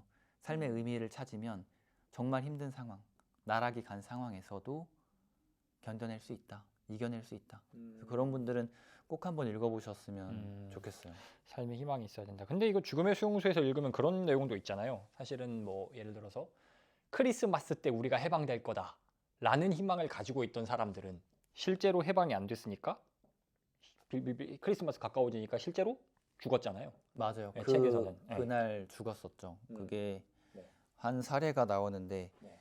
꿈을 거기 수용소에 있던 한 사람이 꿈을 꿨는데 그 꿈에서 우리가 수용소에서 언제 해방될 것 같냐라고 했는데 아마 3월 30일인가 라고 제시를 해줬던 것 같아요. 그 일자가 다가오니까 네. 점점 아프기 시작하더니 그쵸. 그날 결국에 삶을 달리하게 되었죠. 그래서 저는 궁금한 게 희망이라는 것이 아까 이제 그 일병분을 이제 잘 살아가게 하고 희망을 얻게 했던 그렇게 삶의 의미가 됐던 그 희망과 이 죽어버린 수용자가 가졌던 저때 해방될 거야 희망 이거의 차이가 뭐길래 이런 차이가 나는 건지. 이 2가지 차이점은 제가 군 생활을 하면서 같이 있었던 그 친구 같은 경우에는 내가 지금 어렵지만 내 노력으로 이런 것들을 하다 보면은 내 삶이 나아질 수도 있겠구나. 지금은 어렵지만 개선될 수 있겠구나 했던 내 노력과 실제 나의 행동이 담겼던 정말 희망인 거고 그 죽음의 수용소에 빅터 프랭클 박사의 동료 돌아가셨던 그 분은 정말 근거 없이 그냥 꿈에서 얘기해 줬던 이때 이렇게 일이 생길 거야 라고 했던 그냥 뜬구름 잡는 희망 그것조차 사라지니까 의미가 없어져 버린 거죠. 그 사람한테는. 그 차이인 것 같아요. 어쨌든 극심한 위기 상황에 있는 분들에게는 뭐랄까 살아갈 희망과 의미가 필요한데 그거를 잘 알려주는 책이 빅터 프랭클의 죽음의 수용소에서다. 자 그럼 마지막 4번째입니다. 그냥 뭐 상황 이런 거 다 제끼고 나 돈 벌고 싶어. 돈 버는 방법 알려줘. 나 부자 될 거야. 이런 분들한테 책을 추천하신다면? 레버리지입니다. 레버리지. 론 무어의 책이고 이 레버리지를 추천해 주는 분들이 되게 많았었어서 저도 예전에 읽어봤는데 부자가 되는 방법을 가장 실질적으로 알려주는 책 중에 하나구나 라는 생각이 들었어요. 예를 들어서 뭐 SNS 키우는 방법, 스마트 스토어 하는 방법 뭐 그런 방법을 알려주는 책은 아닌데 부자가 되기 위해서는 어떻게 해야 되냐? 결국에 돈을 아껴야 될까? 시간을 아껴야 될까? 시간을 아껴야 되죠. 내 시간을 아끼고 내 자본으로 더 많은 가치를 창출할 수 있는 일들을 하고 다른 사람들의 시간을 삼으로써 내가 원래 혼자 할 수 있는 역량이 10이었다면 빨리 부자가 되려면 10으로 안 되잖아요. 100을 하고 1000을 해야 될 거 아니에요. 그 스킬이 뭐냐? 그게 레버리지라는 거죠. 내 자본으로 다른 사람의 시간을 산다거나 혹은 자본의 지렛대, 그러니까 대출 이런 것들도 레버리지라고 표현하잖아요. 그런 자본의 레버리지도 있을 수 있고. 그래서 빠르게 부자가 되고 싶다면 레버리지를 깨달아야 된다. 혼자서 잠줄이고 열심히 일해야지 이런 생각법으로는 절대 빠르게 갈 수 없고 오히려 몸만 축날 수 있다. 레버리지를 깨달아야 된다. 그 책에서 말하는 게 이 세상은 레버리지를 하는 사람과 레버리지를 당하는 사람으로 표현을 하거든요. 저자는. 뭐 우리가 아는 우리나라의 가장 큰 대기업 총수 뭐 이재용 회장 이런 사람들 레버리지를 하고 있냐? 당하고 있냐? 다 하고 있거든요. 론 무어가 영국에서 가장 빠르게 자수성가한 분 중에 한 분인데 실제로 부자들을 이렇게 쭉 리스트업 해보니까 레버리지 당하는 사람은 단 한 명도 없다라는 거죠. 다 모두가 레버리지를 정말 적극적으로 하고 있는 사람들이 상위 부자들에 다 위치를 해 있다. 우리나라도 똑같고요. 책에서 그 말이 있었던 것 같아요. 상위 몇 명 부자 중에 고용된 사람은 한 명도 없다. 그렇죠. 그 말이 있었던 것 같아요. 자, 정리하면 돈도 백도 없는 과거의 리치 파카 같은 분에게는 경제적 안목을 틔워줄 수 있는 부자 아빠, 가난한 아빠. 그리고 평범한 직장인. 근데 뭔가 좀 문제는 없는데 불만족스러워. 이런 분들에겐 10배의 법칙. 극심한 트라우마와 위기 상황이 있는 분들에겐 빅터 프랭클의 죽음의 수용소에서 돈 벌고 싶어. 모르겠고 돈 벌고 싶어는 레버리지. 좋습니다. 근데 이런 수많은 책들을 읽기도 하면서 지금도 계속 독서 많이 하시잖아요. 많이 하고 있습니다. 그럼 지금도 많이 하고 인스타그램도 하시고 뭐 책도 쓰시고 이런 출연도 하시고 되게 바쁘게 사실 것 같은데 하루 루틴이 어떻게 되세요? 하루 루틴이 저는 일단은 굉장히 일찍 일어나는 게 몸에 배었어요. 2019년도부터 새벽 기상을 했었고 현재는 새벽 4시 반에 일어나는 게 몸에 아예 배서 그때 하루를 시작합니다. 근데 여기서 시작을 하기 전에 전날 자는 것부터 좀 말씀을 드려야 될 것 같아요. 네네. 새벽 루틴 콘텐츠를 올리면 사람들이 관심을 많이 가져주시고 막 댓글도 달아주시는데 왜 이렇게 잠을 조금 자냐라고 오해를 하세요. 조금 자는 게 아닌데. 네, 일찍 자고 일찍 일어나는 건데 4시 반에 일어난다고 그러면 잠을 뭐 한 4시간 자는 걸로 오해를 하시더라고요. 그게 아니다. 전날부터 조금 남들보다 2시간 정도는 일찍 자는 것 같아요. 몇 시에 자세요? 저는 10시 정도? 그리고 요즘은 9시까지 좀 당기려고 노력을 하고 있어서 9시 잘 때도 되게 많거든요. 그러면 한 6시간 반에서 7시간 반 그렇죠. 주무신다. 네, 7시간은 최소 좀 맞추려고 노력을 하고 있어서 계속 당기려고 노력을 하고 있고 4시 반에 일어나서 저만의 루틴이 딱 있어요. 네. 원래는 물 마시고 양치하고 이런 거였는데 물 마시고 양치하면 입안에 세균 너가 다 마시는 거다. 양치를 먼저 해라. 그쵸. 구독자분들, 팔로워분들이 댓글로 조언을 주셔가지고 루틴 바꿨습니다. 일어나자마자 알람을 끄러 갑니다.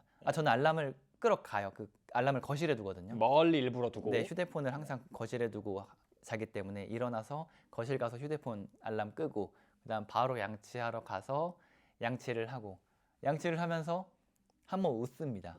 그 이하영 원장님 네네네. 그분 영상을 보는데 그분이 아침에 이는 이러면서 근육도 좀 깨우고 웃는 미소도 연습한다라고 하시더라고요. 그래서 그거 보면서는 원래 양치만 했었는데 그냥 한번 웃어주고 그리고 물을 한 잔 마십니다. 그리고는 이제 책상에 앉아서 저만의 본격적인 루틴을 시작하죠. 저만의 본격적인 루틴은 하루에 한 번씩 목표를 씁니다. 목표를 매일 한 문장씩 매일 적어요.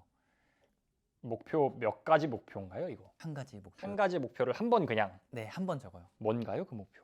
보여드릴까요? 노트도 네. 있는데. 이거 갖고. 한번 갖고 와 볼까요, 제가? 이게 제 루틴의 결정체인데 이런 식으로 목표를 하루에 한 번씩 매일 써요, 매일. 구경해도 한 문장이고 한 문장이 아니죠. 뭐 2-3문장이어서 한 3줄 정도 되는데 오늘 새벽에도 썼고 뭐 이렇게 매일매일 씁니다. 이게 여기다가 보여드려도 되는 건가요? 네. 읽어드려도 될까요? 괜찮아요. 일단은 이렇게 쓰고 계시고 25년 3월 나는 경제적 자유를 이루셨습니까? 지금인데? 그렇죠, 지금이죠. 경제적 자유에 도달하셨습니까? 자유의 도달은 못한 것 같아요. 그런데 하나 확실한 거는 이전에보다는 벌어들이는 게 많이 늘어났고 실제로 파이프라인들도 많이 생겼다. 그러니까 경제적 자유라고 하기엔 좀 아직 굉장히 건방진 시기인 것 같고 근데 경제적 독립은 충분히 이루었다 정도. 네. 이를 위해 그때까지 매일 2시간씩 독서와 글쓰기를 통해 베스트셀러 작가가 되었고 이건 했고 베스트셀러 작가가 진짜 되었죠. 기획, 배우, 민적 네트워킹을 통해 월 순수익 1억 원의 사업가가 되었다. 순수익 1억 됐습니까? 안 됐습니다. 그건 아직 안 됐습니다. 근데 아직 이제 10일이 남았으니까 아 10일이 남았으니까 오케이 좋습니다. 멋있네요. 노력을 똑같은 해보려고 목표네요. 하고 요거를 이룰지 못 이룰지는 정말 해봐야 아는 거지만 저는 그래도 내가 목표했던 바를 1년 넘게 계속 적으면서 그걸 향해 나아가는 거. 저는 하나 확신하는 건 이번 달 3월 30일이 됐을 때 네가 1억을 벌었냐 못 벌었냐 그거 한번 해봐야 될 것 같은데 그것도 한번 까봐야 알죠. 까봐야 알 거기도 하고 못 이뤘을 지언정 분명히 많은 것들을 얻고 실행했을 거라고 좀 확신을 해요.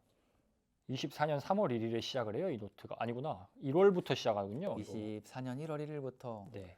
지금까지 다 써져 있습니다. 그래서 새벽에 루틴이 이거죠. 양치하고 물 마시고 나면은 이 목표를 한 문장 쓰고요. 그 다음에는 플래너. 이건 제가 직접 만든 플래너고.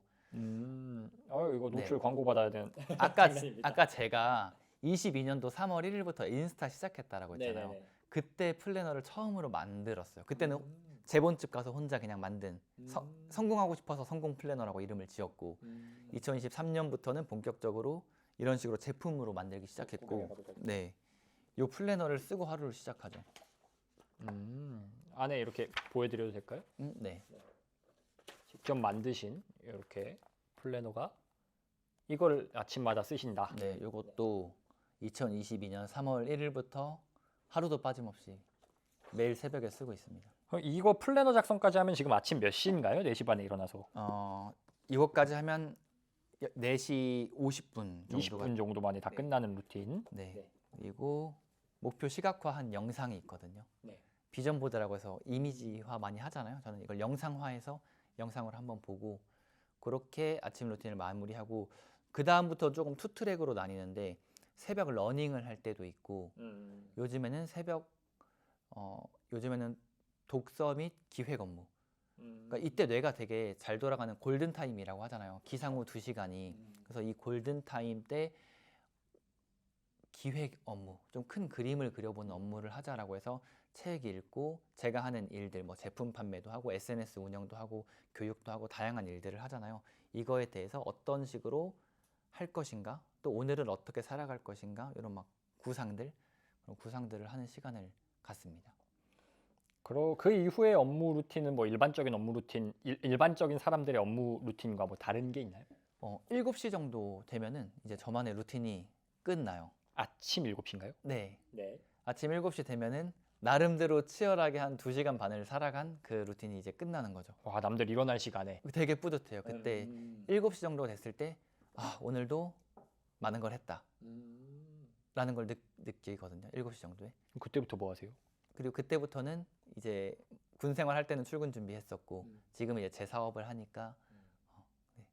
사업에 대한 준비, 출근 준비 뭐 이런 것들을 하죠. 아침 시간에 확실히 어쨌든 집중이 필요하고 나 혼자서 할 수 있는 중요한 일에 집중하고 오전 7시부터 일반적인 사람들과 비슷한. 네, 맞아요.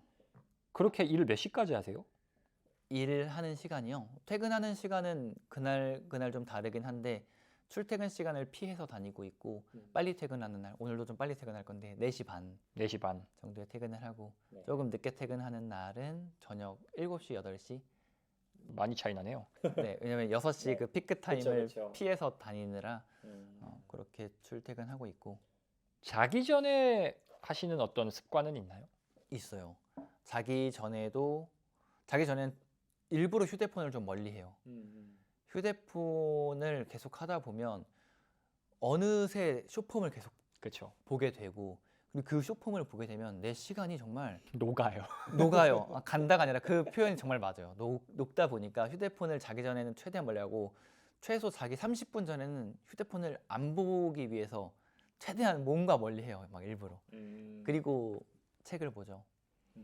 그래서 독서량이 저녁 준비할 때보다 줄긴 했죠. 지금은 연간 100권 이렇게는 못 읽는데 그래도 독서량을 꾸준히 유지할 수 있는 게 자기 전에 책 읽는 습관을 들여서 자기 전엔 그 루틴을 가져가고 있습니다. 그래서 이렇게 하니까 잠도 좀 더 잘 오는 것 같고 자극적인 거 안 보니까 책 보면서 하루 마무리하니까 그렇게 하루를 마무리하고 있습니다. 좋습니다. 그렇게 바쁘게 사시고 이제 나중에 또 아까 경제적 자유도 이루고 경제적으로 더 잘 되실 건데 나중에 이렇게 뭐랄까요? 큰 부자가 되어서 자식한테 아빠는 이 책만 읽으면 부자가 될 수 있다고 생각해. 너가 다른 건 안 읽어도 무조건 이건 읽어야 돼. 할 만한 자녀한테 단 한 권 어떠한 불의의 사고로 유산은 못 물려줘. 네. 뭔 사고가 났어요. 뭔가 사고가 나서 그래서 책 한 권만 물려줄 수 있어. 그럼 무슨 책을 이거 빼고요. 아, 그래요? 이건 안 됩니다. 저는 정말 근데 이게 아니 안 돼. 제 책이라서 안 돼. 진짜는 그거 금지입니다. 이거 안 돼요. 이거 안 돼. 아, 이거 안 돼요. 그게 안 되고 아 그래요. 그럼 여기 담았던 책들 중에서 추천을 해야 될 것 같은데 단 한 권만 읽어라. 이걸로 준비해 오셨죠? 그렇죠. 왜냐면 여기에는 제가 그걸 이제 모아놨기 때문에 이것만 읽으면 정말 된다라고 자신 있게 좀 얘기를 할 수 있을 정도로 모아놨기 때문에 이 책을 추천하고 싶었는데 이 책을 일단은 안 된다. 일단 버릴까요? 저기로 빼고. 버리고.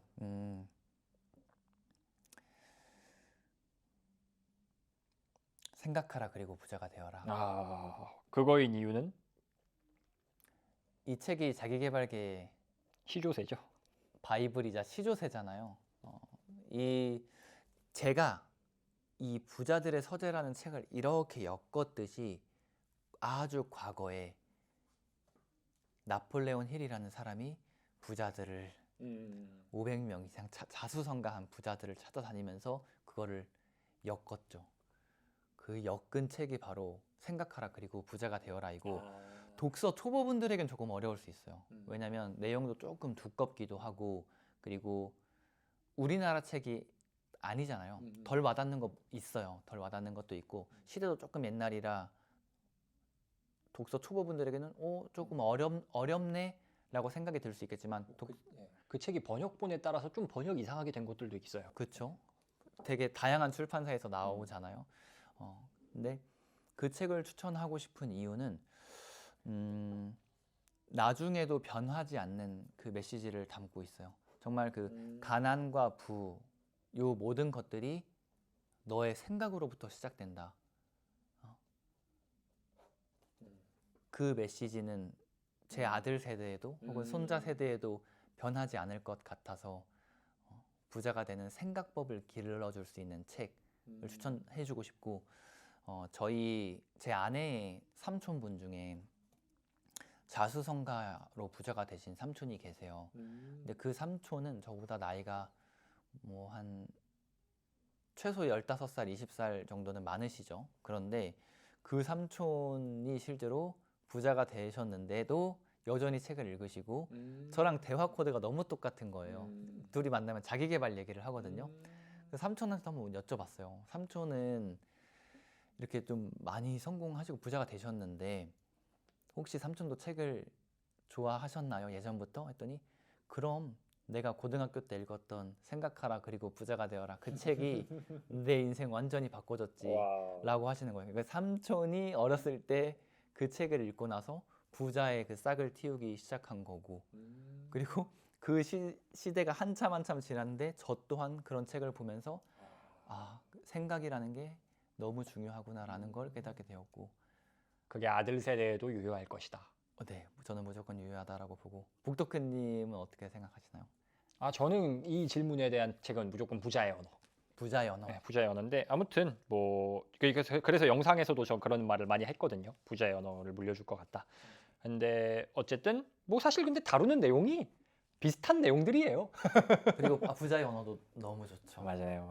그리고 실제로 부자의 언어는 그 작가가 그 목적으로 쓴 책이니까. 아들에게 들려주기 위해서 쓴 책이잖아요. 그래서 엄청 잘 맞을 수도 있겠네요. 그러면 저는 이렇게 정정을 해볼게요. 너가 독서 근육이 조금 덜 붙었다라고. 아야 그냥 한 권이어야 돼. 그냥 뭐, 자꾸 붙이지 마세요. 네.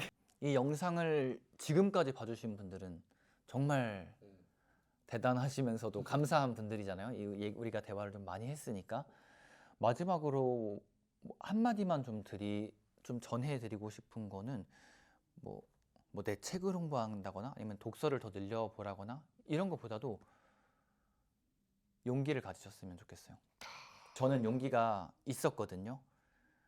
근거 없는 용기가 있었던 것 같아요. 집도 어려웠기 때문에 집안에서 도와줄 수 있는 환경 당연히 안 돼. 주변에 부자가 있어? 없어. 하지만 그래도 저는 책이건 투자건 뭐건 뭔가를 하기 전에 나 그래도 이거 하면은 어떤 결과물을 얻을 수 있겠지? 배울 수 있겠지? 교훈을 얻을 수 있겠지? 하는 그 용기가 있었거든요.